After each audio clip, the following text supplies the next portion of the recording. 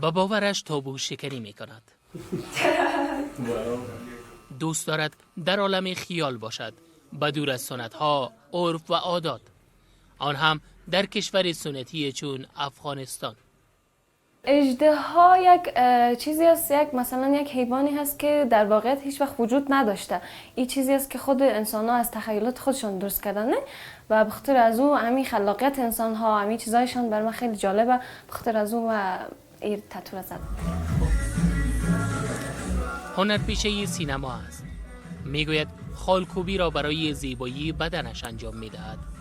نخستین بار این اژدها را در سریال امریکایی بازی تاج و تخت یا گیم آف ترونز دیده بود. حال تتو زنای خوب پیدا شده. از او خاطر آمدم تتو زدم و چیزی که دوست داشتم. مثلا من علاقه زیاد به دراگون اژدها داشتم. آهو شهیدی این حرفه را در بیرون از کشور آموخته است، اما میگوید خالکوبی در افغانستان پیشینه‌ای دراز دارد. تتو یک هنر خیلی قدیمی است که خانمای ما افغان ها در قدیم خالکوبی میکردن، مثلا پیشانی خدا یا مثلا زناق خدا. فقط فرقش با گذشته ای است که آله با دستگاه های پیشرفته و مدرن‌تر، مثلا با سوزن های پیشرفته و جوهرهای خوب آله مردم تتو میکنن. شمار پسرانی که خالکوبی میکنن بیشتر از دختران است. مشتری های ما که هست عموما طبقه اوناس ذکور است. خب طبعا در افغانستان ذکور بیشتر از اوناس کار میکنه تتو را و نظر به خواستشان از گراف قلب، 3 ستاره مثلا در گردن، عکس ها و اینایی است که مثلا میخواین خودشان میارن ما میزنیم، مثل قلب است که جرقه برق است که در گردن مندازن. ما از سابقه میشوقه داشتیم، مثلا همی شوق در دل ما بود که بریم تتو کنیم، بخاطر یک استایل است. ما خوش دارم، واقعیت شوق ما است که تتو باشه در جانم، بخاطر که بسیار معقول معلوم میشه در بدن که بعضی بلوزها را میپوشی، بعضی احقاقا را میپوشی، بسیار معقول میشه. دستمزد پیشاوران تتو را اندازه و نوعیت آن مشخص می کند. هر تتو از 1000 تا 10,000 افغانی هزینه برمی‌دارد. بعضی تتوها هستن خیلی ساده است، فقط لاین زده میشه، اما بعضی تتوها هست که سایه داره، پرکاری داره، نظر در تتوش هزینهشان تعیین میشه.